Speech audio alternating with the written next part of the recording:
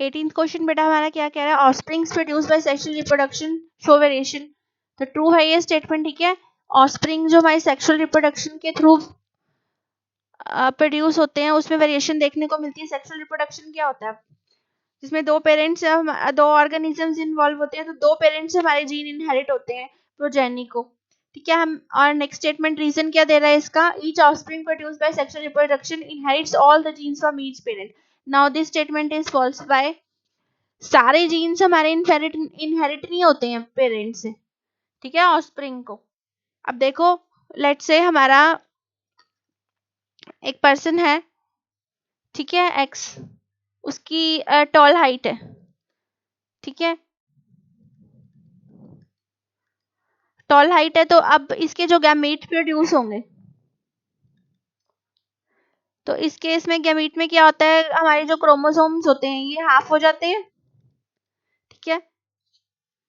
तो अब जो नेक्स्ट जनरेशन में ये जाएंगे, इसके जीन्स जाएंगे, तो हो सकता है वो टॉल हाइट के जीन्स चले जाएं या फिर वो ड्वार्फ हाइट के चले जाएं, ठीक है। तो दोनों जीन्स नहीं जाएंगे। तो अगर इस केस में टॉल हाइट वाले जीन्स जाते हैं उसमें, तो पर्सन की हाइट नेक्स्ट जनरेशन की टॉल होगी। और अगर इसके जीन्स चले जाते हैं, स्मॉल टी चला जाता है उसमें ड्वार्फ हाइट के, तो उसकी हाइट छोटी रह जाएगी पर्सन की, ठीक है। तो सारे जीन्स हमारे इनहेरिट नहीं हो रहे हैं इस केस में। नेक्स्ट हमारा क्वेश्चन है capillaries, question number 19, capillaries have walls that are just one cell thick. तो ट्रू है ये स्टेटमेंट, वन सेल थिक होती है। अब इसका रीजन क्या दे रखा है, because exchange of material between the blood and surrounding takes place across the capillaries. तो ये भी ट्रू है, ठीक है जी। तो बेसिकली हमारे, आपको पता है इस केस में क्या होता है हमारे पास, अब आपको पता है ब्लड वेसल्स होती हैं। ब्लड वेसल्स हमारी 3 टाइप्स की होती हैं, capillaries, arteries and veins. Arteries का काम क्या होता है, that arteries takes blood away from the heart, और वेन्स क्या करती हैं, takes blood towards the heart. Capillaries क्या करती हैं, एक्सचेंज कराती हैं सब्सटेंसेस को, ठीक है। तो कैपिलरीज क्या कराती हैं, हमारी सब्सटेंसेस को एक्सचेंज कराती हैं। और अगर हम इसको डिफाइन करें तो हम कैसे डिफाइन करेंगे इसको, ये स्मॉलेस्ट ब्लड वेसल्स होती हैं जो वन सेल थिक होती हैं, और ये क्या बेसिकली ये किसकी तरह काम करती हैं, ये एक इंटरमीडिएट होती हैं बिटवीन आर्टरीज एंड वेन्स, ठीक है, मीडिएटर की तरह काम करती हैं। जो क्या करती हैं, यहाँ पे ब्लड एक्सचेंज होता है, ऑक्सीजनेटेड से डीऑक्सीजनेटेड ब्लड जो होता है यहाँ पे एक्सचेंज होता है। कैपिलरीज में क्या होता है, ये चेंज होता है blood from oxygenated to deoxygenated.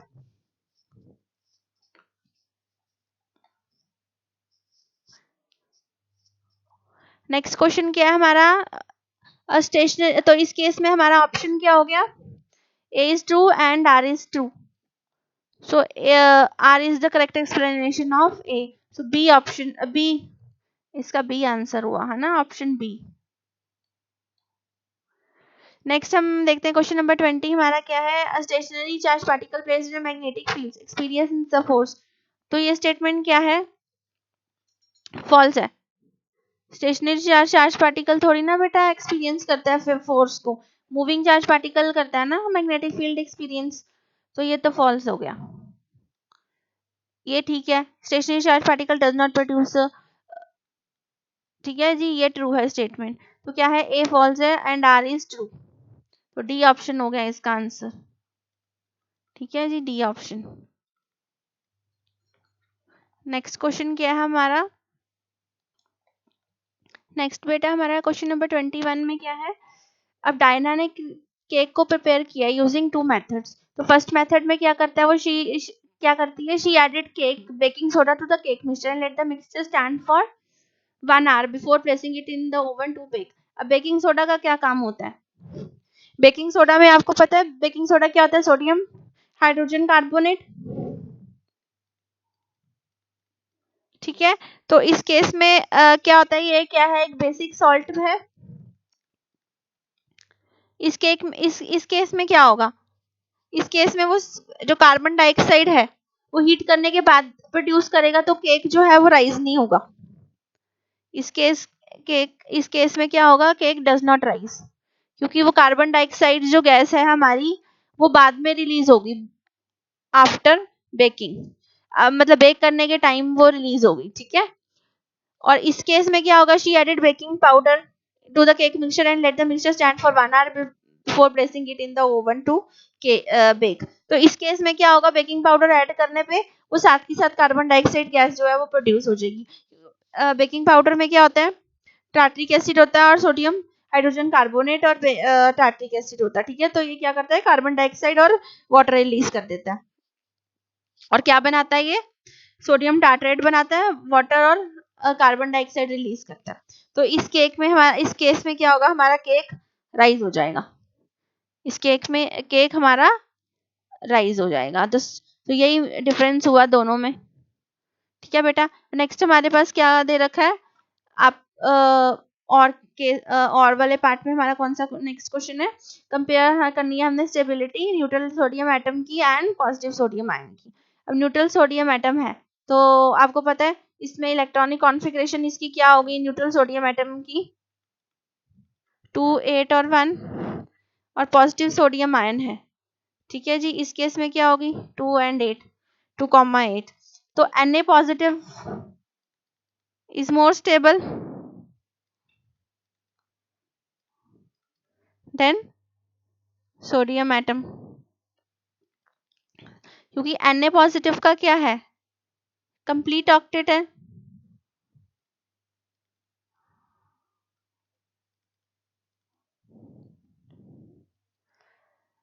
Valence shell में Na पॉजिटिव का क्या है, कंप्लीट ऑक्टेट है, इसलिए ज्यादा सोडियम आयन जो है वो ज्यादा स्टेबल है।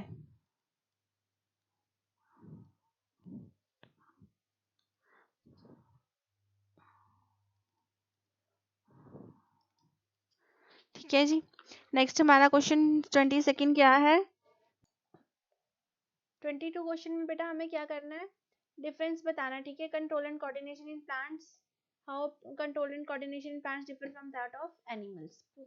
तो आपको पता है अब जो प्लांट्स हैं, ठीक है जी, plants hormone diffuse to the place of action.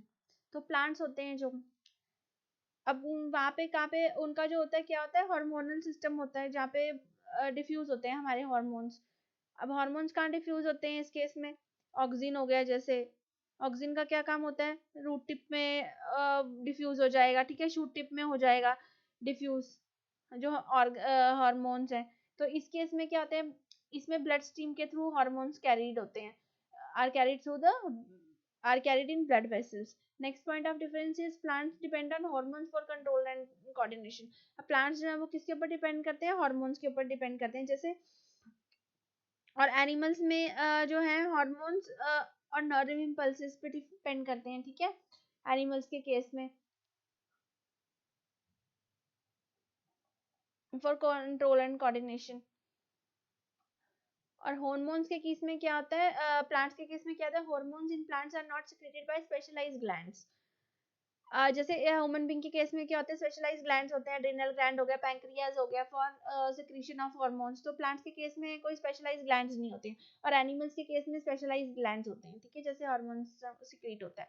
तो प्लांट्स के केस में मूवमेंट कैसे होती है, through a change in water content of the action cell, and movement in plant animals कैसे होती है, अगर through change in the shape and arrangement of proteins in the muscle cell. हम नेक्स्ट क्वेश्चन देखते हैं बेटा। नेक्स्ट क्वेश्चन क्या है हमारा फिजिक्स का, when white light is pass through a prism to yield a spectrum, the ray of which color will show the maximum angle of deviation and which one will show the least angle of deviation, blue color। हाँ तो देखो अब 25th question में क्या हो रहा है हमारे पास, अब देखो हमने क्या किया, प्रिज्म का डायग्राम बनाया, यहाँ पे प्रिज्म बनाया,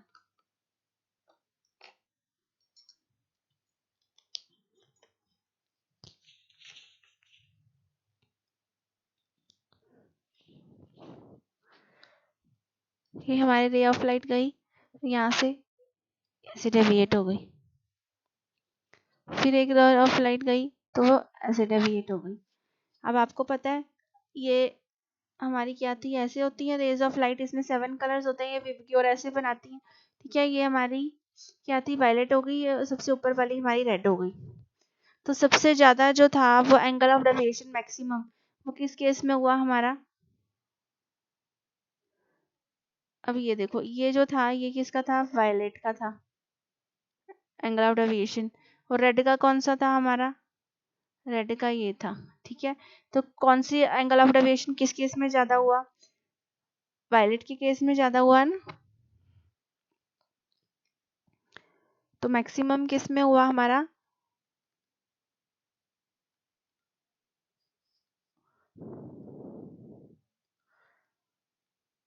वायलेट के केस में हुआ।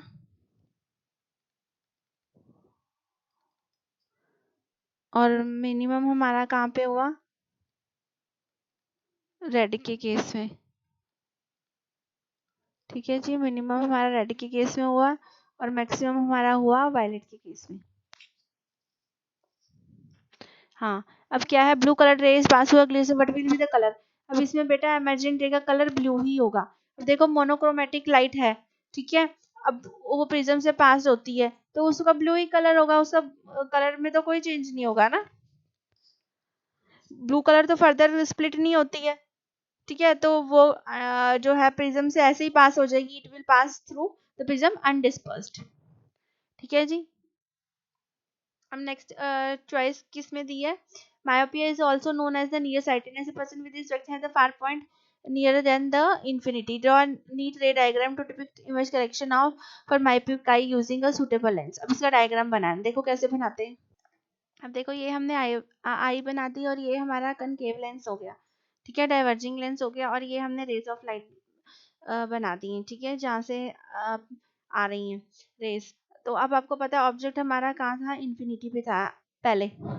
फिर उसके बाद मायोपी आई में क्या होता है? हमारा ऑब्जेक्ट जो होता है वो क्या हो जाता है? इन्फिनिटी पे नहीं बनता, ऑब्जेक्ट हमारा पास हो जाता है। लेट्स से ऑब्जेक्ट अब हमारा यहाँ हो गया,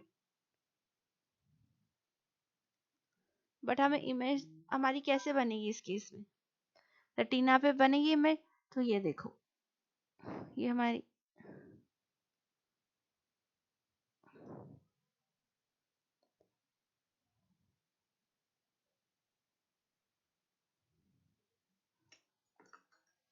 इसको दोबारा करेक्ट करते हैं। इसमें ऐसे आपका डायग्राम बनेगा ये, ठीक है, कनकेव लेंस होगा, पहले ऑब्जेक्ट हमारा यहाँ था, अब ऑब्जेक्ट हमारा क्या आ गया है? मायोपिक आई के केस में यहाँ पे हो गया, पास हो गया, ठीक है, इन्फिनिटी पे नहीं रहा, फिर वो पास आ गया तो ओ डैश हो गया, तो इमेज हमारी वहीं पे बनेगी स्क्रीन पे, रेटिना पे, ठीक है। तो ये होगा लेंस लगाने से ऑब्जेक्ट जो होगा हमारा कैसे होगा? ऐसे हो जाएगा, ठीक है जी। तो हमें यही करेक्शन ही बतानी थी, लेंस से कैसे करेक्शन होगी, वो इमेज हमें कैसे फॉर्म हो गई फिर उसके बाद लेंस लगाने पे। तो नेक्स्ट हमारा क्वेश्चन क्या है? इसमें हमें क्या करना है? फुट वेब बतानी है। अब हमें क्या आइडेंटिफाई करना है? Foot chain from the foot web shown in which the eagle will receive the highest percentage। अब पता है ईगल की हाईएस्ट परसेंटेज किस केस में होगी बेटा? इसमें फुट चेन जो सबसे छोटी होगी उस केस में हाईएस्ट परसेंटेज होगी, ठीक है जी। तो पहले तो हमें देखना है कि कितनी फुट चेन्स बन रही हैं इस क्वेश्चन में, फिर उसके बाद बताना है हमें नेक्स्ट पार्ट में which organism will be the most affected when a non biodegradable pesticide is produced into the soil, which is the what is the phenomena responsible for, ये पढ़ा हुआ आपने, बायोमैग्निफिकेशन बोलते हैं इसको। अब देखते हैं फर्स्ट पार्ट देखते हैं, ठीक है। तो फर्स्ट चार बायो इसमें फूड चेन्स बनेंगी, 4 फूड चेन्स बनेगी। तो आइए देखते हैं कौन कौन सी फूड चेन्स है।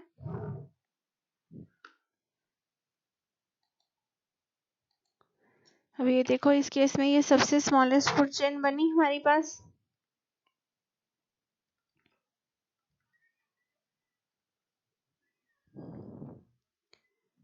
ठीक है। नेक्स्ट पार्ट है, तो नेक्स्ट पार्ट में कौन सा ऑर्गेनिज्म है जो सबसे ज़्यादा अफेक्टेड होगा नॉन बायोडिग्रेडेबल पेस्टिसाइड से, जैसे डीडीटी है, ठीक है।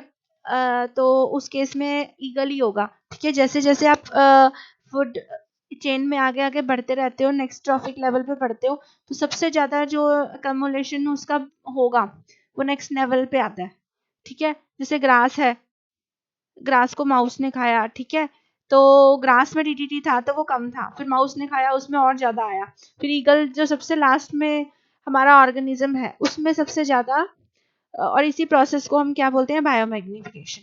ठीक है जी। तो इसका ऑर्गेनिज्म कौन सा है, ये ईगल आ गया यहाँ पे, एंड प्रोसेस का नाम आ गया बायोमैग्निफिकेशन। अब हमारे 2 क्वेश्चंस छूट गए बेटा सेक्शन बी के, पहले वो देख लेते हैं। ठीक है, ये 23rd एंड 24th ये बाय मिस्टेक हो गया। अब ये 23rd क्वेश्चन क्या है, a person suffering from liver disease is advised to avoid fatty and highly acidic foods, give a reason why each of the foods mentioned should be avoided by a person suffering from liver disease. इसमें क्या है, एक person है जिसको liver disease है, तो उसे क्यों बोला जाता है fatty and acidic foods avoid करने को, तो हमें ये बताना है। ठीक है, अब आपको पता है लीवर का क्या काम होता है, लीवर क्या सिक्रीट करता है, बाइल जूस सिक्रीट करता है। लीवर हमारा बाइल जूस सिक्रीट करता है। ठीक है, तो बाइल जूस में क्या होते हैं, बाइल सॉल्ट्स प्रेजेंट्स होते हैं। बाइल सॉल्ट्स क्या करते हैं, एमल्सिफिकेशन करते हैं फैट्स का।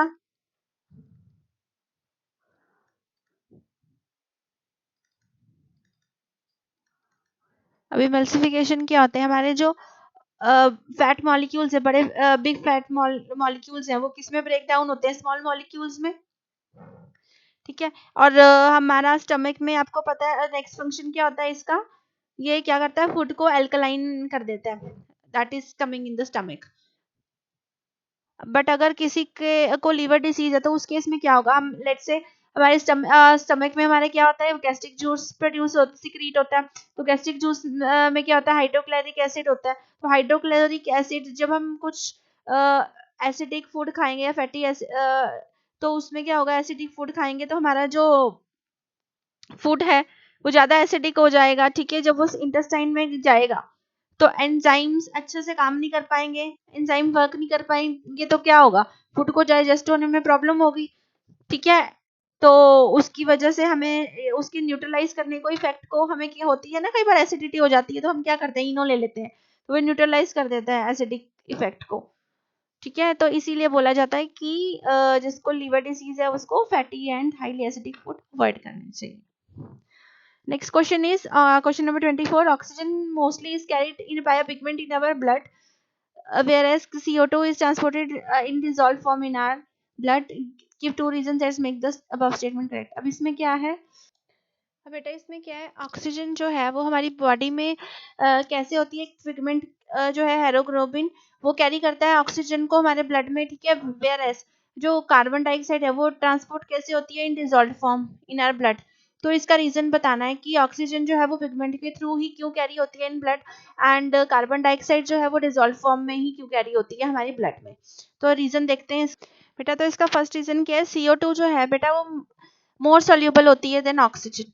ठीक है, CO2 जो वाटर में है वो ज्यादा सोल्यूबल होती है देन ऑक्सीजन। और सेकंड क्या है, हेमोग्लोबिन जो कि रेड पिगमेंट है हमारे रेड ब्लड सेल्स में, उसकी जो वो ऑक्सीजन के साथ बॉन्ड बनाता है वो ज्यादा स्ट्रॉन्ग बॉन्ड बनाता है। ठीक है, as compare to carbon dioxide. तो ये 2 रीजंस है। नेक्स्ट सेक्शन सी देखते हैं अब।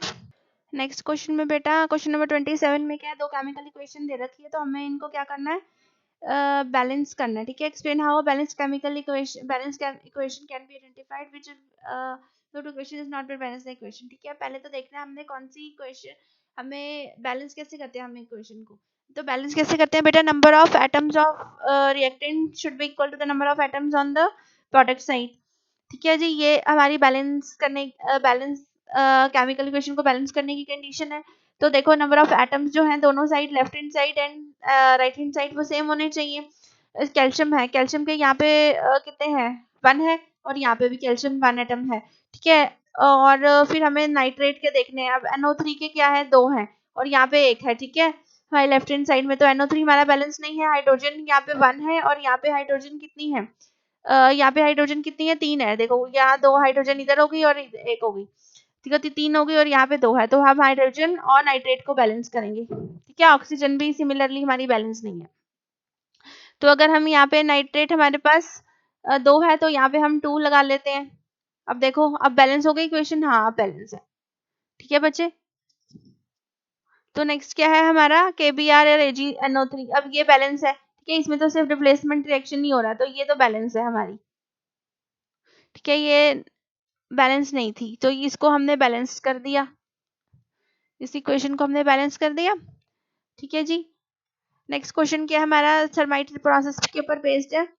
Question number 28, thermite process is used for repairing cracks in railway tracks on sites. The equation for the reaction taking process mentioning the physical state of reactants in products, but information in the chemical equation indicates that the reaction is exothermic. अब इसमें chemical equation देखते हैं बेटा। तो क्या है हमारे पास, aluminium. ठीक है, इसकी सॉलिड स्टेट्स भी हमें मेंशन करनी है और इक्वेशन को बैलेंस करना है। पहले तो हम इक्वेशन लिख लेते हैं, फिर करेंगे बैलेंस। अब देखो इसको किसके साथ हमने रिएक्ट किया, आयरन ऑक्साइड के साथ। तो ये किसका, इसका कलर क्या है, रेडिश ब्राउन।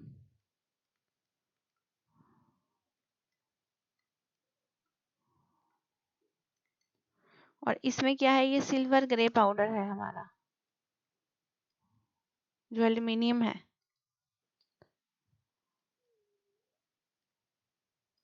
और इसको जब हमने रिएक्ट करा, अब इसकी स्टेट क्या है, सॉलिड स्टेट में था। ठीक है, तो अब हमें इसको किसकी प्रेजेंस में करते हैं, इग्नाइटेड बाय मैग्नीशियम रिबन। इसको हीट करने पे क्या होता है, इसके केस में क्या होता है बेटा, ये रिएक्शन होता है जब इस केस में हमारी जो हमें आयरन ऑब्टेन होता है वो मोल्टन फॉर्म में होता है। ठीक है, तो बहुत सारी हीट रिलीज होती है, इसीलिए ये क्या है, एक्सोथर्मिक रिएक्शन है। क्या है बेटा, ये एक्सोथर्मिक रिएक्शन है, क्योंकि हीट रिलीज हो रही है इसमें, हीट इवॉल्व हो रही है और बोल दो, या फिर हीट रिलीज हो रही है। ठीक है, तो ये हमें ठीक है जी, ये रिएक्शन था हमारा। नेक्स्ट क्वेश्चन है हमारा, given below is the table representing the characteristics of two fluids involved in the transpiration. तो फ्लूइड ए की क्या प्रॉपर्टी, कलरलेस है, contains less oxygen, contains less protein. Fluid B क्या है, कलर्ड है, मोर ऑक्सीजन कंटेन। तो हमें फ्लूइड ए और फ्लूइड बी आइडेंटिफाई करना है। ठीक है जी, और फ्लो चार्ट की हेल्प से बताना है मूवमेंट फ्लूइड ए की from the intercellular spaces to the main circulatory system. और फ्लूइड ए जो है वो डाइजेशन में, डाइजेशन ऑफ फूड, ह्यूमंस के केस में डाइजेशन ऑफ फूड में क्या रोल प्ले करता है, ये बताना है। देखो बेटा, तो फ्लूइड ए क्या है हमारा, फ्लूइड ए कलरलेस दिया हुआ है, तो ये क्या हो गया हमारा नेम। अब कलर्ड है, तो ये हो गया हमारा ब्लड। आपको पता है ब्लड क्या होता है, रेड कलर का होता है। और इसके बीच में क्या होता है, हेमोग्लोबिन होता है। तो हेमोग्लोबिन क्या कह रहा करता है, अभी इसमें क्या लिखा, कंटेन्स ऑक्सीजन। हेमोग्लोबिन होता है, तो हेमोग्लोबिन क्या कैरी करता है, ऑक्सीजन कैरी करता है। ठीक है जी, तो फ्लूइड ए हमारा क्या हो गया, लिम्फ हो गया, और फ्लूइड बी क्या हो गया हमारा, ब्लड हो गया। नेक्स्ट क्या है, हमें फ्लो चार्ट से बताना है। ठीक है, movement of fluid A from the intercellular spaces. अब देखो इंटरसेलुलर स्पेसिस, ठीक है, इंटरसेलुलर स्पेसिस है, जो सेल्स के बीच में जो स्पेसेस है उसको इंटरसेलुलर स्पेसेस। और उससे ब्लड कहाँ पे जाता है, फ्लूइड कहाँ जाता है हमारा, लिम्फेटिक कैपिलरीज में जाता है। ठीक है जी, लिम्फेटिक कैपिलरीज में गया, फिर उसके बाद वो कहाँ पे गया, लिम्फ वेसल्स में, लिम्फ वेसल से वो लार्जर वेन्स में जाता है। और ये क्या रोल प्ले करता है, लिम्फ जो है वो क्या रोल प्ले करता है, in the digestion of food. तो ये क्या कैरी करता है बेटा, digested and absorb food carry करता है। Lymph carries digested and absorbed food। ठीक है, और ये डाइजेस्टेड एब्जॉर्ब फूड को जो डाइजेस्टेड एंड एब्जॉर्ब्ड फैट जो है ये, इसको ये क्या करता है, इंटेस्टाइन से लेके जाता है ब्लड में।